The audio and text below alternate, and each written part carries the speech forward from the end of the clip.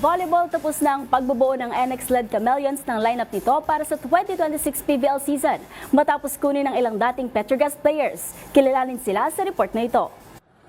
Kumpleto na ang rebuild ng NX-led Chameleons para sa 2026 Premier Volleyball League season matapos formal nitong ipakilala ang pagdating ng ilang dating manlalaro ng Petrogas. Inununsyo ng NX-led noong Webes ang pagkuha kina Brooke Van Sickle, Myla Pablo, MJ Phillips at setter Jules Tolentino kasunod ng pag-leave of absence ng Petrogas sa liga. Ayon kay Van Sickle, handa siyang harapin ang bagong hamon sa kanyang paglipat ng kupunan. Samantala, sinabi naman ni Phillips na nakikita nito ang malaking potensyal ng kupunan sa kabila ng mga naging resulta nito noong nakaraang season. Magugunit ang nauna na ring pinatibay ng NX-led ang lineup nito sa pagkuha kina Bang Pineda, Jonas Abete Escamillan, Janelle Cheng, Rania Musa, Nicole Tiamson at Jelly Temperatura. Kasama rin sa bagong dating sina Abe Maranyo mula sa dating Charity Go Crossovers at Adugi Agunsanya na galing sa Chocomucho Flying Titans.